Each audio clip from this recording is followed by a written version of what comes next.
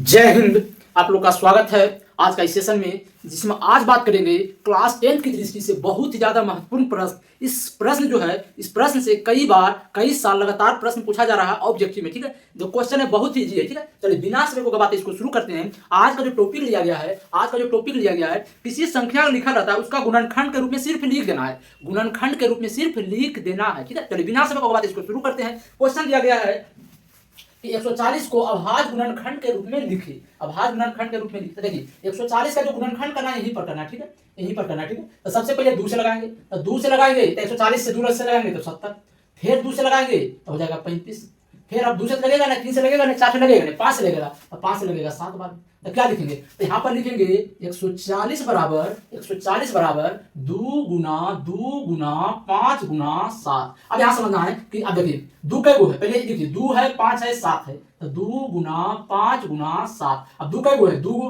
तो 2 पावर 2 डालेंगे, 5 एगो पावर 1 डालेंगे, 7 एगो पावर 1 डालेंगे। तो 140 को अभाज्य गुणनखंड के रूप में इस प्रकार लिखा जाता है। ठीक है, अब देखिए नेक्स्ट क्वेश्चन लिया 156। कितना लिया 156। तो 156 को समझे सिर्फ उसी प्रकार। ठीक है, तो मान लीजिए 2 से लगाते हैं, कितने से लगाते हैं, 2 से लगाते हैं, तो 2 सती 14, 15 में 14 गया 1, 2 अठी 16, 2 अठी 16। अब 2 से लगाएंगे, 2 से लगाएंगे तो 2 3 6, तो 7 में 6 गया 1, 1 8 18, 1 8 18, 2 9 18। 2 से तो अब लगेगा नहीं, लगेगा 3 से, तो 3 से लगाएंगे 13 बार में, 3 से लगाएंगे 13 बार में। ठीक है, समझेगा क्या लिखेंगे, 156 को लिखेंगे, 2 गुने 3 गुने 13। अब इसको लिखेंगे, अब देखिए अब 2 है 3 है 13 है, तो 2 है 3 है 13 है, 2 है 3 है 13 है। अब इसको क्या करना है, देखिए 2 कै गो है, 2 तब पावर 2, 3 कै गो है, 1 तब पावर 1, 13 कै गो 1 तब पावर 1। इसी प्रकार से आपको 2 नंबर में पूछा जाता है, किसी भी संख्या दिया रहता है उसका गुणनखंड करके गुणनफल के रूप में लिखे, गुणनखंड